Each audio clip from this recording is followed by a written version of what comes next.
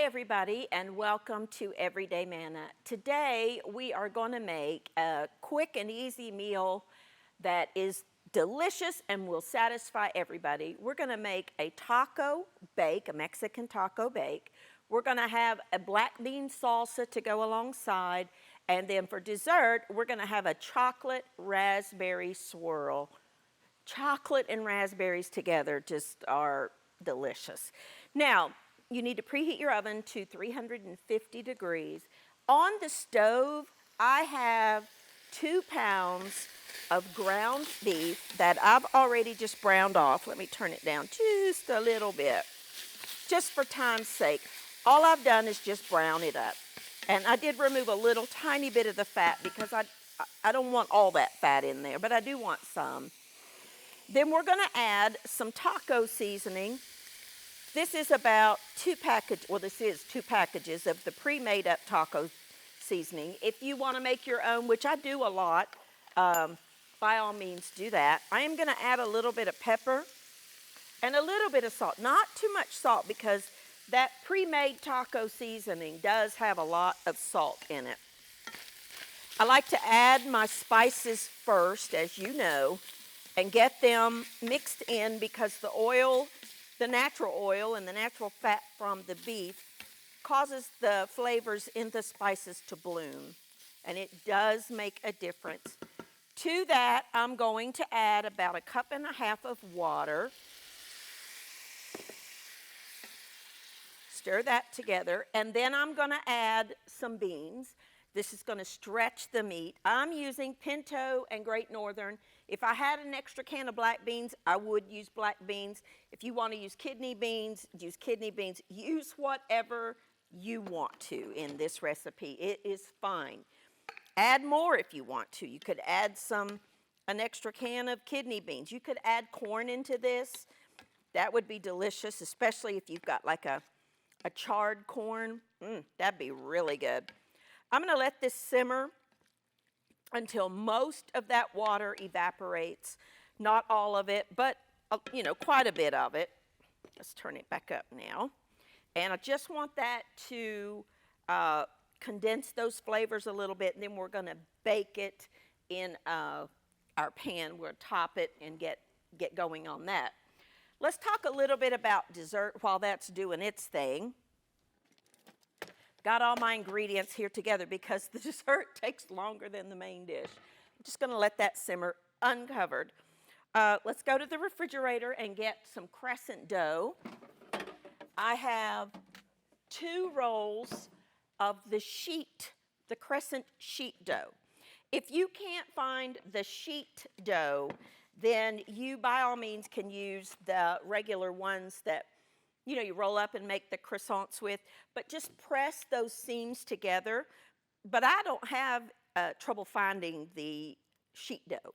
But if you do, just use the other and make sure you just press those seams together to where it's one sheet. Okay, just unroll it, pop it, and take it out of the container. I'm going to do one at a time. Got to find the seam, and I'm going to unroll onto my cutting board.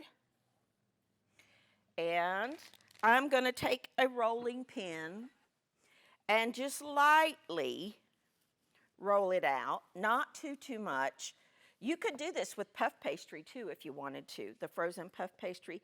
That would be delicious. I just want to roll out those edges.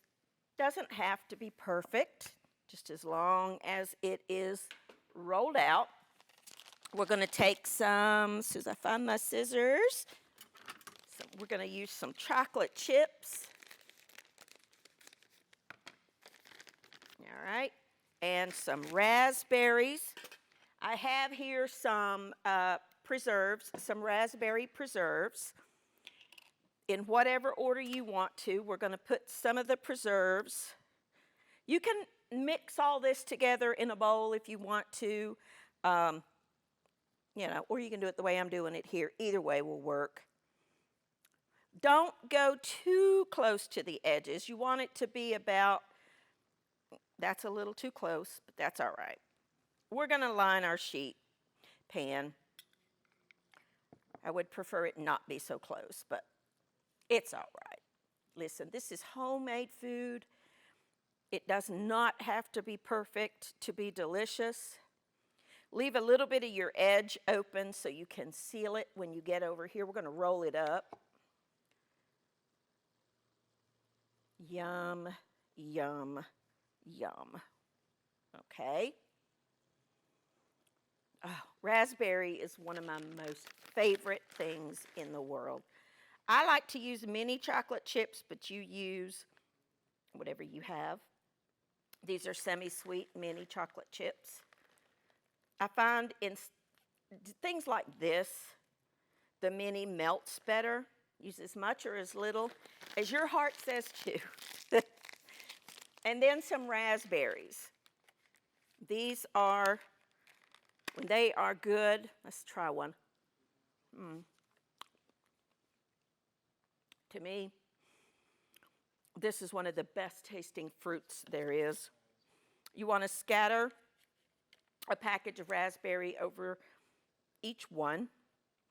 You want to make sure that everybody gets a little bite of a raspberry too. Let's check our beef over there. I hear it. Oh, these are delicious raspberries, by the way. If you've never had a fresh raspberry, you are really, really in for a treat. Let's go check this real quick.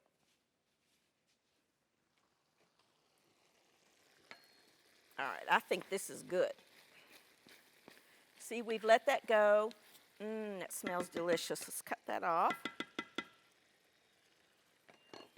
And we're going to pour it, oh, that's heavy pot, into our dish. This does not take very long. All right, spread it out. You could add some roasted red peppers. You could put some corn. You could put whatever you wanted in there. And we're going to top it with some shredded cheddar cheese. And we're going to pop it in the oven for about 10 or 15 minutes, just until the cheese melts.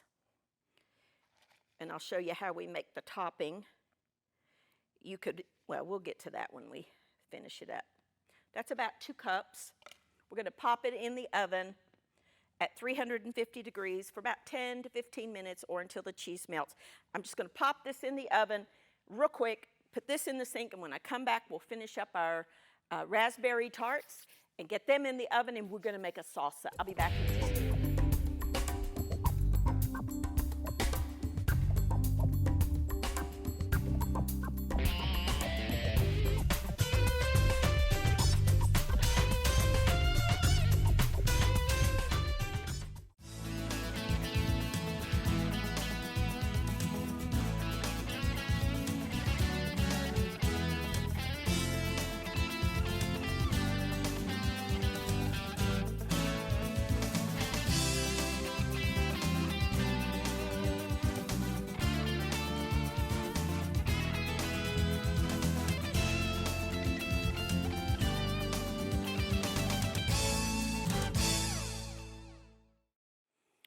All right, now all I did was pop that in the oven and roll this over, and I'll show you how to do the next one.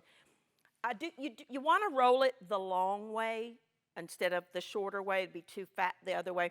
This is a lot to move, so if you want to divide it in half, it really will make it a little easier.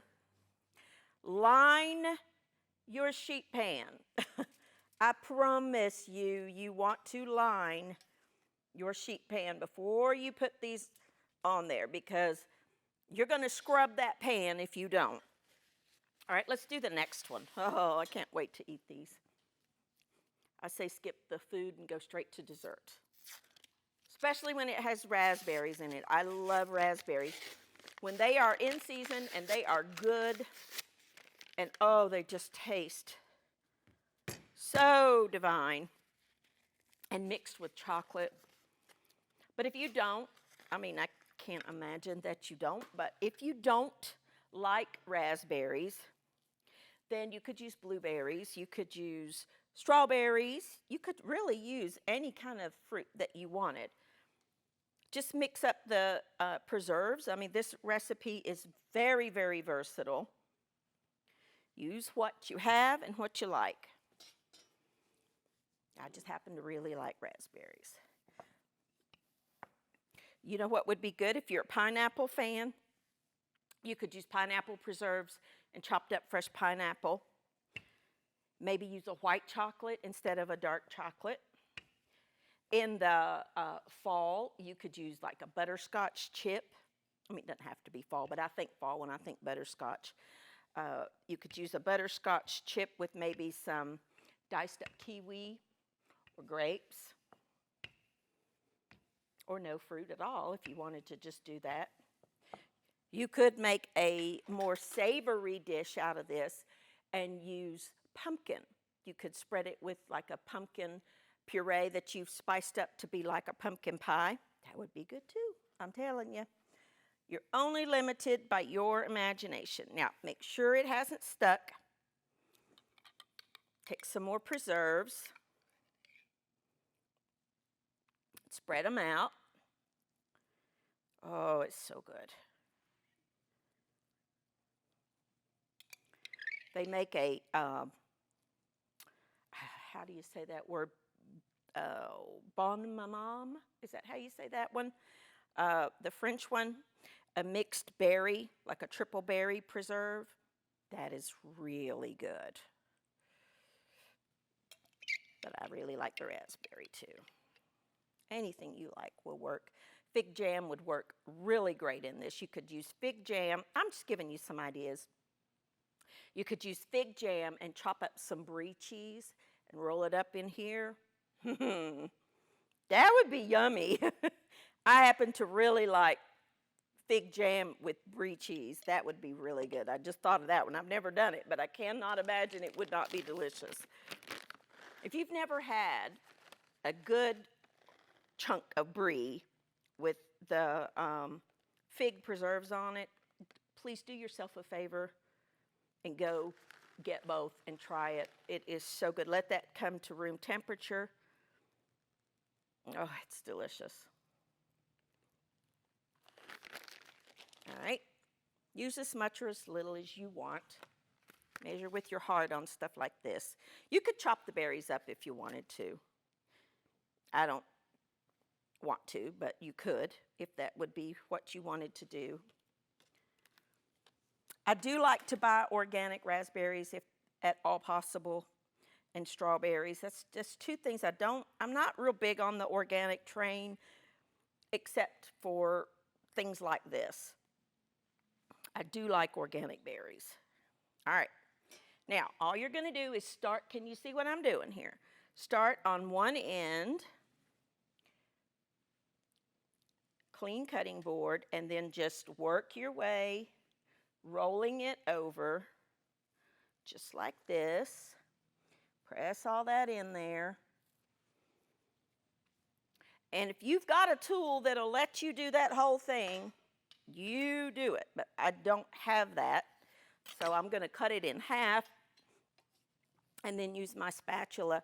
This is the handiest little spatula. It's called a fish spatula, but it's so handy for so many different things. It is my favorite type spatula to have in the kitchen because it really is useful. Now, what you're going to do is take a little bit of water and a beaten egg with a fork or a little whisk, whatever you have. Mix it together, and we're going to brush that over top to create a brown golden crust. For this, I would preheat the oven, and I do have double ovens over here, so my oven is at 375. But if you're baking this at the same time you're baking the taco dish in the oven, just do it at 375 for both. It would be fine to do that. And then brush the top of your crescent dough with an egg wash. And then we're going to pop this in the oven for about 20 minutes or until the dough, the crescent dough, is golden and brown. And like I said, you could totally use puff pastry, thawed puff pastry if you wanted to. It would be delicious. Or you could do, you know, sheets of phyllo dough if you wanted to do that. Those are both found in the frozen aisle of your grocery store, by the way, if you don't know that, where they have, usually where they have the Cool Whip and things like that. That's typically where you will find those two items. And the crescent dough is found with the canned biscuits. Check your package. Make sure that it says sheets. If you can't find the sheets, you know, like I said, you could use the regular crescent dough. Just make sure you press those seams together and then use your rolling pin to make sure that they're together. It'll work fine. So we're going to pop this in our oven for about 20 minutes or until the crescent dough is nice and golden and the filling is warmed through. It's going to be yummy, I promise you. I'm going to clean up, check the taco casserole. When I come back, we're going to make a delicious salsa that you could take to any get-together that you are going to. You could make it ahead of time and let it sit in the refrigerator. Actually, the longer ahead you make it, the better it's going to be. Those flavors have a chance to marry one another, get to know one another, and the flavors blend. So I'm going to clean up, get my stuff for the salsa, and get some lettuce and things for the taco casserole. And when I come back, we're going to get started on that. Then the best part, we're going to show you how to finish up the crescent raspberry rolls and the taco casserole. I'll be back in just a minute.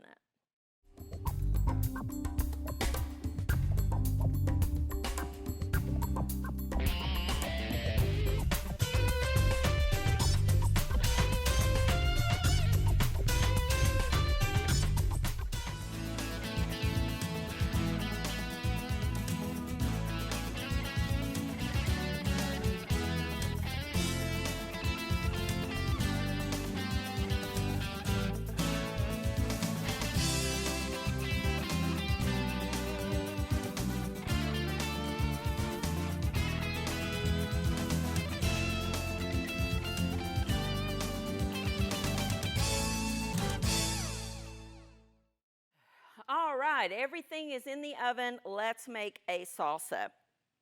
This is a black bean salsa that I dearly love, and it uses pantry staple ingredients. And that's, you know, kind of why I created this one. I thought these are things that most of us have in our pantry. It's completely customizable. So if you don't like pinto beans, again, use kidney beans or navy beans or whatever you want. And this one does use some black beans. If you don't want to use black beans, then don't. Use what you have and what you like. So I'm going to make the dressing first. I have a little bit of olive oil, a couple of teaspoons, not a whole lot.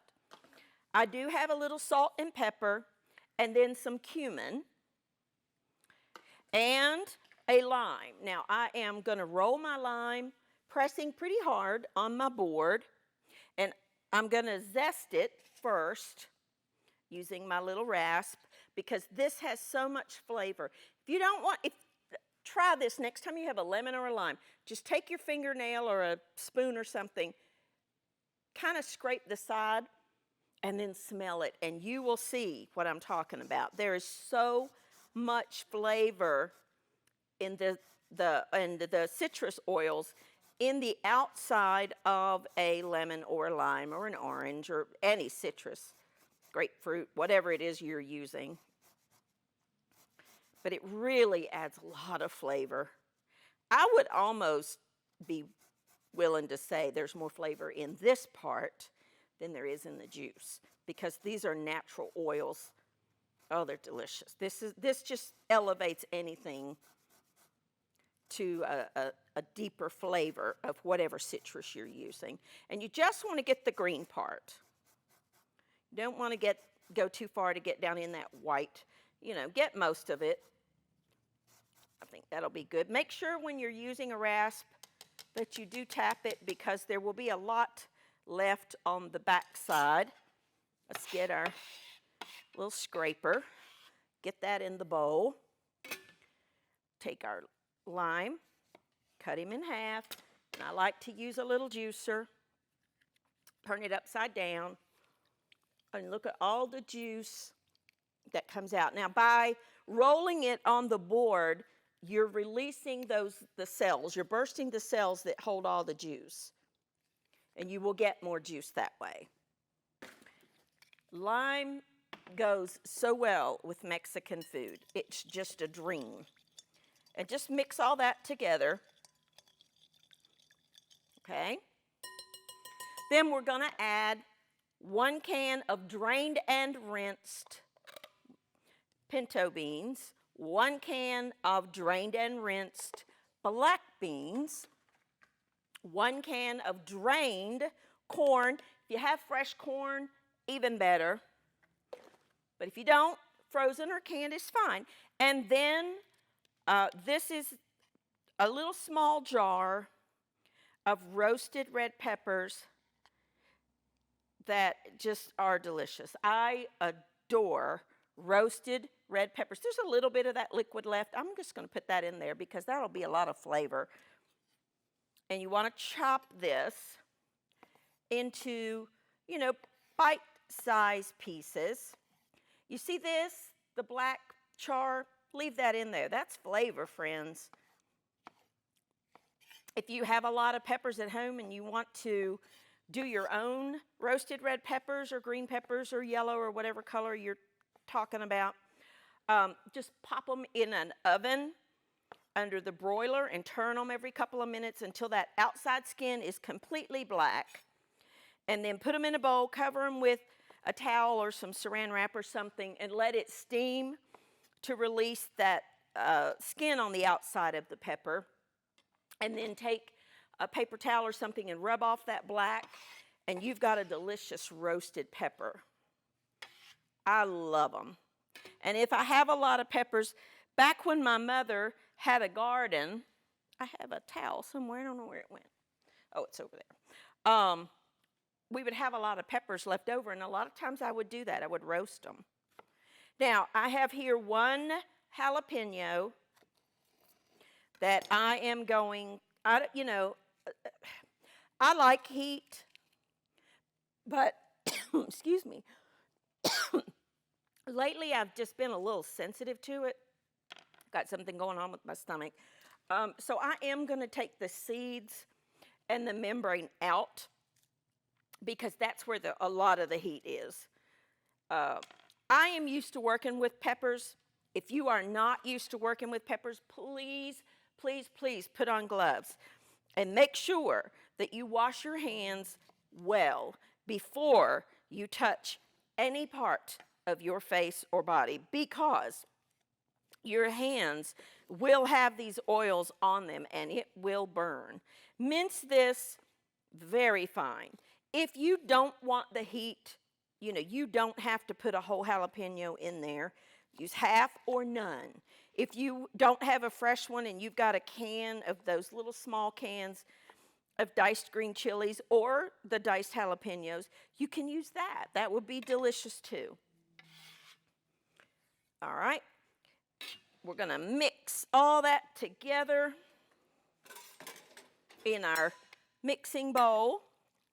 If you have time to let this sit for, a couple of hours, it would be even better. The longer it sits, the better it's going to be. If you like green onions or a red onion, you could put some raw onion in there. If you've watched this program for any length of time, you know I'm not a fan of raw onion. I love them cooked, but I don't care for them raw.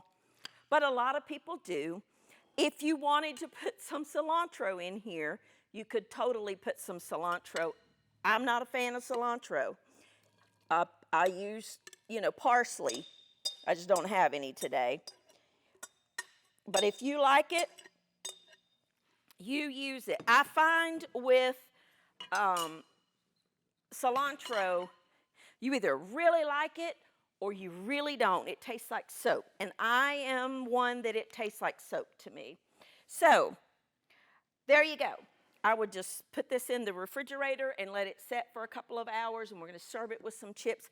I'm going to clean up. When I come back, we're going to finish up the raspberry croissants, and then we're going to plate it all up, and we're going to taste it. I'll be back in just a minute.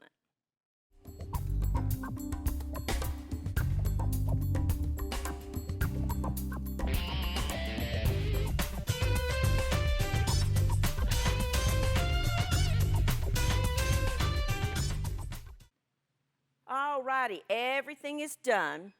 Here is the taco casserole with the melted cheese. Now, to serve this, you could top it with some crushed up tortilla chips and some shredded lettuce, or you could do what I've done, and that is just kind of make a little board of toppings that people like on their tacos. I've got some shredded iceberg lettuce, some crunched up tortilla chips, some extra lime if you want to squeeze a little bit of lime on there, and some sour cream. You could add salsa, you could add whatever you like. I am an odd bird, and I guarantee you there aren't very many people out there that like this, but on my tacos or on top of this, I like chopped up kosher dill pickles. Go figure, I don't know, I do. Tomatoes, whatever you want, chopped up tomatoes, extra cheese, whatever you like on your taco, put on the board, and there you go. Just spoon it out, cover it, you're good to go. Here's our salsa, and I would serve that with some tortilla chips. And here is our chocolate raspberry rolls. They're very hot. When they cool, cut them into slices and serve it as is. I topped it with just a little bit of powdered sugar if you wanted to do that. There you go, a quick and easy meal from my kitchen to yours. Thank you for joining me, and I'll see you next time on Everyday Manna.